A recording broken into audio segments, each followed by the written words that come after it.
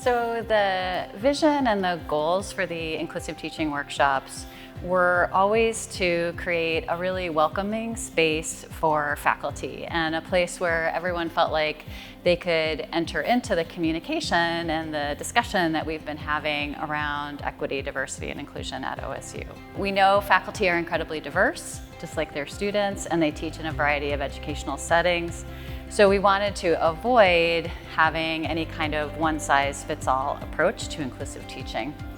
We hope that what people walked away with from the workshops was a sense of inspiration and excitement and drive to develop their own individual teaching practices and some really tangible steps that they could take to create a more welcoming classroom community.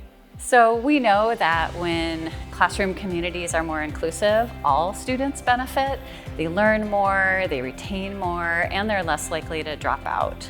So our hope is really that all of the leaders at Oregon State, including those in the DEI space, really see inclusive teaching as core to the mission of the university, and also see it as core and central to the work that we're doing to meet the needs of diverse students and to ensure their success both in the classroom and beyond.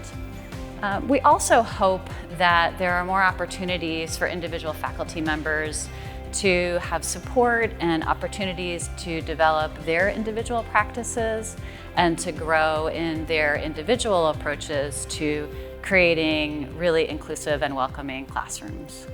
I think that one of the most important things that other DEI leaders looking to advance this work can learn from the inclusive teaching workshops that Inara and I did is just to make sure that we're continuing to work across the silos that happen at OSU.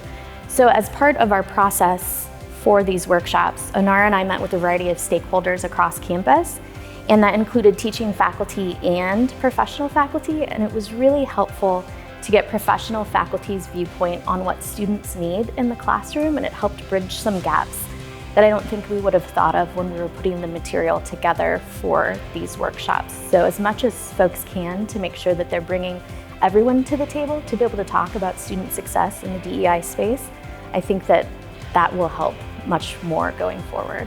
I think it's important to remember for faculty that when we're teaching, we have so much to do, and sometimes when we continue through the DEI process, which is lifelong learning, that we don't get too overwhelmed. And so we encouraged folks through the inclusive teaching workshops to make one small change to one class every term.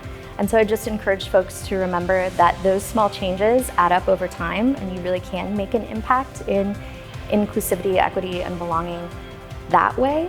And to not think that you have to change the world with one big event or one big curriculum change every year. The small things really do add up. So keep going and keep making those changes. You'll help students.